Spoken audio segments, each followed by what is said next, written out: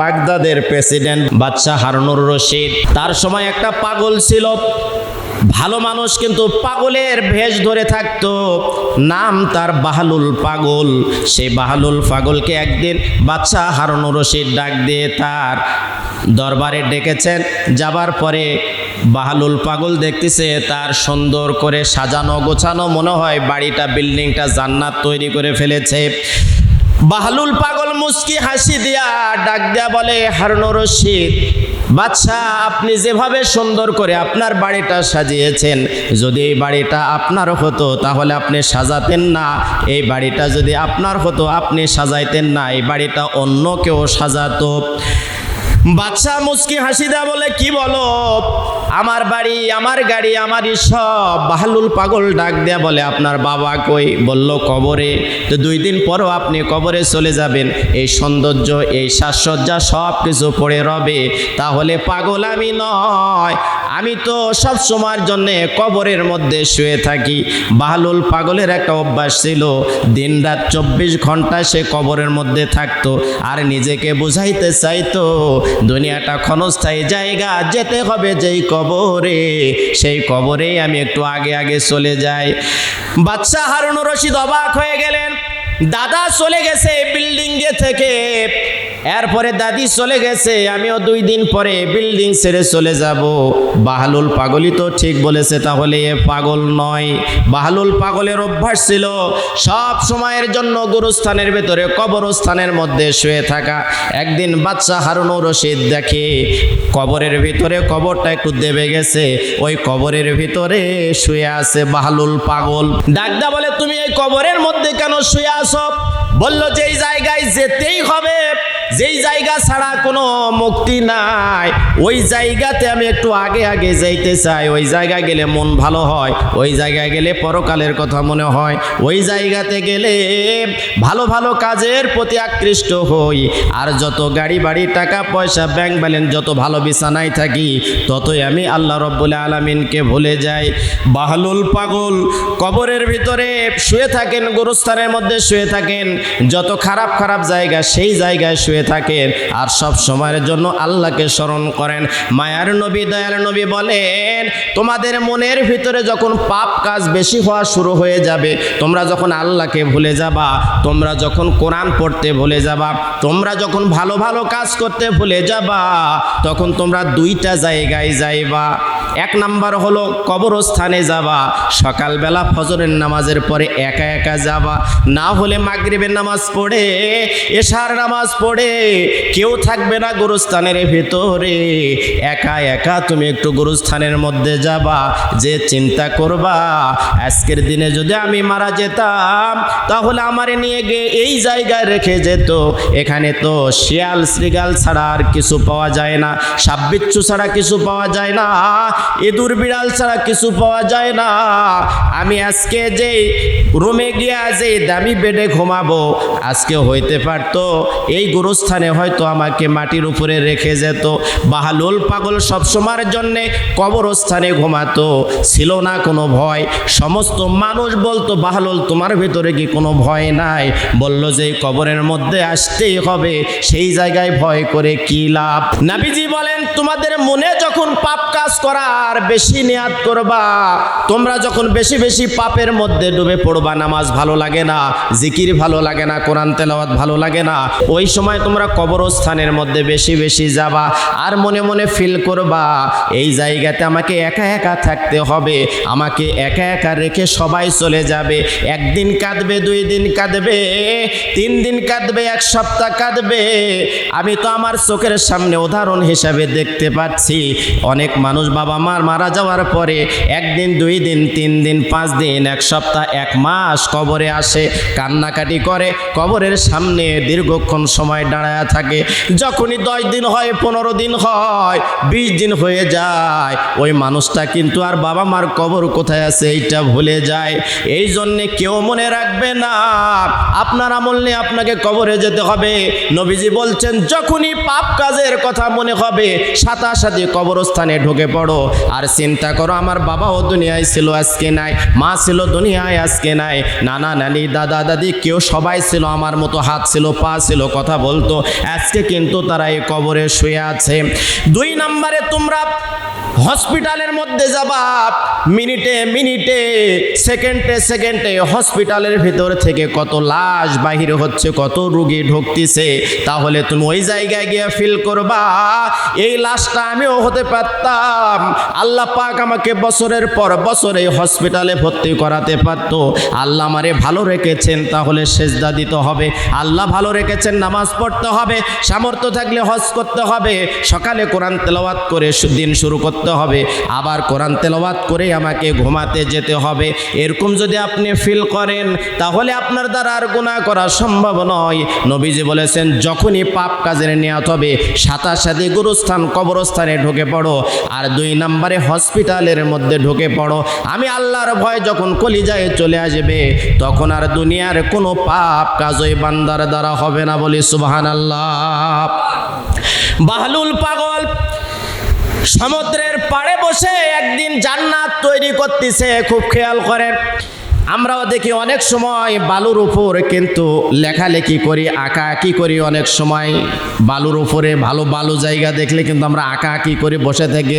বাহলুল পাগল বলে যারা চিনে, বাদশাহ হারুনুর রশিদ চিন্তা করছে, সকালবেলা নামাজ পড়ে বের হয়ে পড়েছে, যে দেখে সমুদ্রের পাড়ে ওই বাহলুল পাগলা বালুর উপরে ঘর নির্মাণ করতেছে।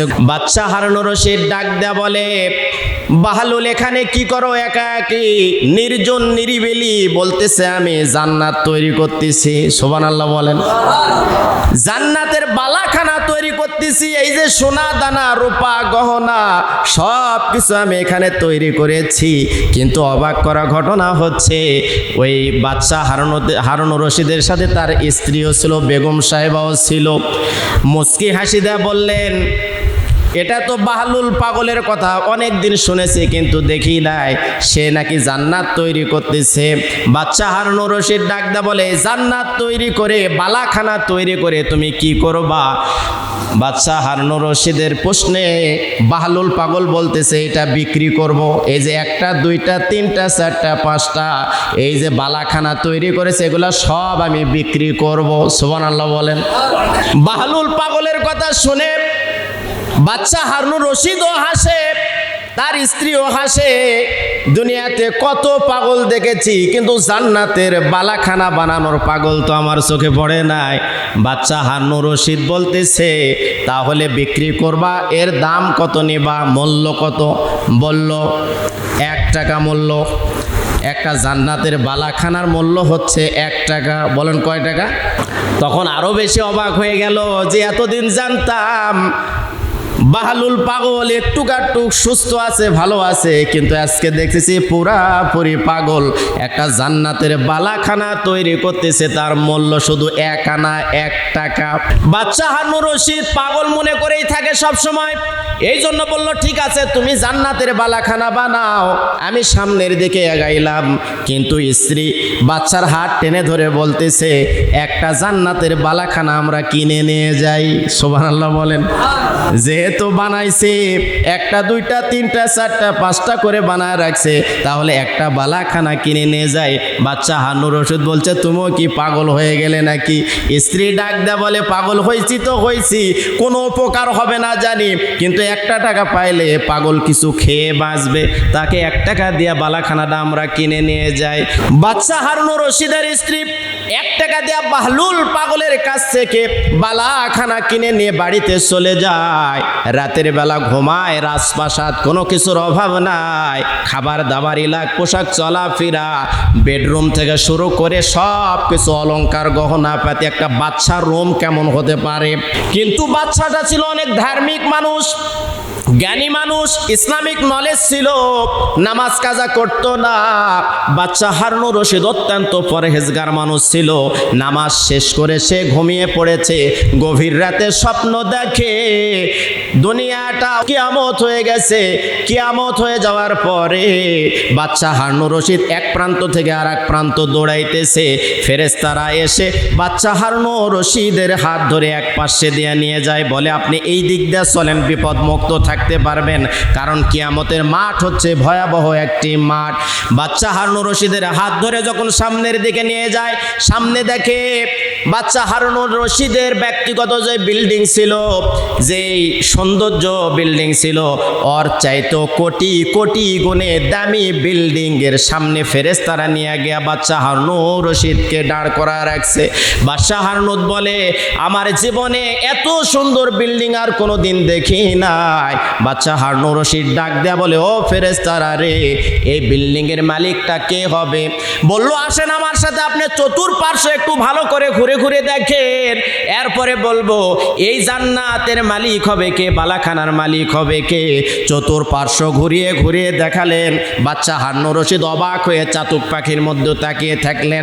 হঠাৎ করে দেখে ওই বালাখানার গেটের সামনে লেখা, ওই বাদশা হারুনুর রশিদের স্ত্রীর নাম লেখা। বলেন সুবহানাল্লাহ।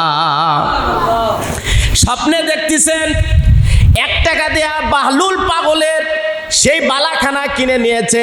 ওই রাত্রেই তাকে দেখাইলো এটা কোনো সাধারণ পাগলও নয়, তার জায়গার কোনো টেনশন নাই, জমির কোনো টেনশন নাই, খাবারের কোনো টেনশন নাই, তার পাখির মতো চলাফেরা। পাখির কি কোনো হিসাব নিকাশ আছে নাকি? সকালবেলা যায়, আল্লাহ যা খাওয়ায়, আবার সন্ধ্যার মধ্যে এসে ঘুমিয়ে যায়, আবার ফজরের আগে জেগে ওঠে। এই বাহলুল পাগল পাখিকে ফলো করতো আল্লাহ। পাখির কোনো ব্যাংক ব্যালেন্স নাই, টাকা পয়সা নাই, জমি জমা নাই, কোনো বাজেট নাই, পরিকল্পনা নাই। আল্লাহ তুমি পাখির মতো জীবনযাপন করার তৌফিক দাও, আর বিনিময়ে কিয়ামতের দিনে আমাকে তোমার ওই স্বর্ণ জড়িত অলংকার যুক্ত জান্নাতে আমি পাগলকে একটু জায়গা করে দিও। বলে সুবহানাল্লাহ। পরের দিনে বাদশা হারুনুর রশিদ স্ত্রীর সাথে বিষয়টা শেয়ার করলো যে আমি জান্নাতের ভিতরে কিয়ামত হয়ে গেছে, আমি স্বপ্নে দেখলাম, কিন্তু তোমার নাম লেখা দেখলাম, কিন্তু বাহলুল পাগলের কাছ থেকে তুমি যেই স্বর্ণের যেই বিল্ডিংটা তুমি কিনে নিয়েছো, ওইটা তো আমি জান্নাতের মধ্যে দেখলাম। তাহলে তো আমি কালকে 1 টাকা দিয়ে না কিনে ভুল করেছি। চলো তো আজকে একটু দেখি বাহলুল পাগল আছে নাকি, তাহলে কিনবো। পরের দিনে আবার স্বামী স্ত্রী সকালবেলা আবার যায়, দেখে ওই জায়গায় আর নাই, জায়গা চেঞ্জ করে অন্য জায়গায় আবার বসে থেকে বাহলুল পাগল ওই যে প্রাসাদ নির্মাণ করতেছে, জান্নাতের অলংকার সজ্জিত ঘর নির্মাণ করতেছে। বাদশা হারুনুর রশিদ ডাক দেয়া বলে, গতদিন আমার স্ত্রী 1 টাকা দেয়া তোমার কাছ থেকে যে বিল্ডিং কিনে নিয়েছিল জান্নাতের, ওইটা আজকে আমাকেও একটু দিতে হবে। কত টাকা নিবা? বলল, আপনার রাজপ্রাসাদ বাগদাদের যতগুলো এই রাষ্ট্রের যত সম্পদ আছে অর্ধেকটা আমি বাহলুল পাগলের নামে লিখে দেওয়া লাগবে। তাহলে পাগল না ভালো? আগের দিনে 1 টাকাতে বিক্রি করছে, আর পরের দিনে কি বলতেছে, বাগদাদের রাজপ্রাসাদ সহ এই দেশের অর্ধেক, আপনি যে বাদশা, এই বাদশাগিরির অর্ধেকটা আমাকে লিখে দেওয়া লাগবে। সুবহানাল্লাহ। বাদশা হারুনুর রশিদ বলল, এ তো পাগল নয়, জাতে মাতাল, তালে ঠিক। গতদিনে 1 টাকা দেয়া জান্নাতের বিল্ডিং বিক্রি করলো, আজকে আমার অর্থ সম্পদ থেকে, এই রাজপ্রাসাদ থেকে এই দেশের অর্ধেকটা তার নামে লিখে দেওয়া লাগবে। তাকে জিজ্ঞাসা করলো কারণটা কি? বলল, গতকাল আপনার স্ত্রী না দেখে 1 টাকা দেয়া কিনেছিল, আর আপনি আজকে জান্নাত দেখে লোভ পড়ে, লোভ লালসতায় আপনি জান্নাত কিনতে আসছেন, এই জন্যে আপনার জান্নাতের প্রাইসটা ডবল হয়ে গেছে। সুবহানাল্লাহ। আপনি তো আগে কিনেন নাই, আপনার স্ত্রী বলেছিলেন যে পাগলের কাছ থেকে 1 টাকা দিয়ে জান্নাত কেনার দরকার নাই, তো আজকে আপনি জান্নাত স্বপ্নে দেখে তারপরে ওয়ারেন্টি গ্যারান্টি 100% আপনি পাবেন, তাই পাগলের কাছে আসছেন। এই জন্য আপনার রাজপ্রাসাদ, আপনার এই যতগুলো এই দেশের অর্ধেকটা আমার নামে, পাগলের নামে লিখে দেওয়া লাগবে, তারপরে আপনার কাছে বিক্রি করব। বাদশা হারুনুর রশিদ চলে গেলেন বাড়িতে। এই ভাবলেন আর চিন্তা করলেন, এই পৃথিবীতে কিছু পাগল আছে যাদের বাড়ি নাই, গাড়ি নাই, খাবার কোনো ব্যবস্থা নাই, উস্কো খুস্কো চেহারা, পরনের পোশাকগুলো তেমন দামি না, কিন্তু এই বাহলুল পাগলের মতো কিছু মানুষ আছে যারা দুনিয়া নিয়ে কোনো চিন্তা নাই, তাদের চিন্তাটাই হচ্ছে সব সময়ের জন্যে আল্লাহর জান্নাত পাওয়া। বাহলুল পাগলকে ডাকলেন রাজপ্রাসাদে। ডাক দেওয়ার পরে বলতেছে যে তুমি তো সাধারণ কোনো পাগল না, এটা আমি বুঝতে পারছি। আর বাহলুল পাগলের বিল্ডিংয়ের মধ্যে ঢুকলেই কোনো না কোনো নতুন কথা বলে যে আপনি এত সাজাইছেন কেন, এত সাজানোর দরকার কি? আপনি তো এখানে থাকবেন না। এই পৃথিবীর মধ্যে সবচাইতে ফকির কে বলেন তো? বাদশা হারুনুর রশিদকে বলতেছে এই পৃথিবীর মধ্যে সবচাইতে মানে বোকা মানুষকে, বুদ্ধিহীন মানুষকে। বললো বুদ্ধিহীন মানুষ তো অনেকেই দেখা যায় রাস্তাঘাটে বিভিন্ন জায়গায়, জ্ঞান নাই বুদ্ধি নেই। বললো না, এই পৃথিবীতে বুদ্ধিহীন মানুষ তারাই যারা নেক আমল করতে যারা ভুলে যায়, যারা আল্লাহর কাজ করতে ভুলে যায়, এই মানুষগুলাই হচ্ছে সবচাইতে বুদ্ধিহীন মানুষ। যেমন ফজরের নামাজের আজান যখন হয় ওই সময়টা যারা ঘুমিয়ে থাকি আমরা নিজেকে হয়তো মনে করি অনেক বুদ্ধিমান, কিন্তু সবচাইতে বোকা মানুষ যারা, তারাই কিন্তু ফজরের নামাজের পরে, আজানের পরে ঘুমিয়ে থাকি আমরা। কারণ কি? এই দুনিয়াতে ইমানদার মুমিন মুত্তাকিনদের জন্যে নামাজের টাইম, আমরা যারা ঘুমাই, বিশেষ করে ফজর দিনের শুরু হয়, এই সময়টা আমরা যখন ঘুমাই তখন আল্লাহ তাআলা কিন্তু এই আজানের মধ্যে বলে, আলাদা একটা আজানের মধ্যে শব্দ আছে না? আজানের মধ্যে শব্দ কি আছে? আসসালাতু খায়রুম মিনান, ঘুম হইতে নামাজ উত্তম। আল্লাহ যেহেতু বলতেছে ঘুম হইতে নামাজ উত্তম, আর আমাদের কাছে কি নামাজ চাইতে ঘুম উত্তম? আজান হচ্ছে কিন্তু আমরা কি করতেছি? ঘুমাচ্ছি। তার মানে আজানের চাইতেও কি উত্তম? ঘুম উত্তম আমাদের কাছে। আর আল্লাহ বলতেছে বান্দা ঘুমের চাইতে নামাজ উত্তম। কল্যাণের দিকে আসো, লাভের দিকে আসো, মুক্তির দিকে আসো, জাহান্নামের আগুন থেকে বাঁচার জন্য আসো। তার মানে নামাজ পড়লে জাহান্নামের আগুন থেকে বাঁচা যায়, কল্যাণ হয়, লাভ হয়, সুস্থ থাকা যায়, পরিবার ভালো থাকে, ছেলে মেয়ে মানুষ হয়, নেক সন্তান হয়, হেদায়েত প্রাপ্ত হয়, নিজেও ভালো পথে থেকে আল্লাহর পথে মৃত্যুবরণ করা যায়।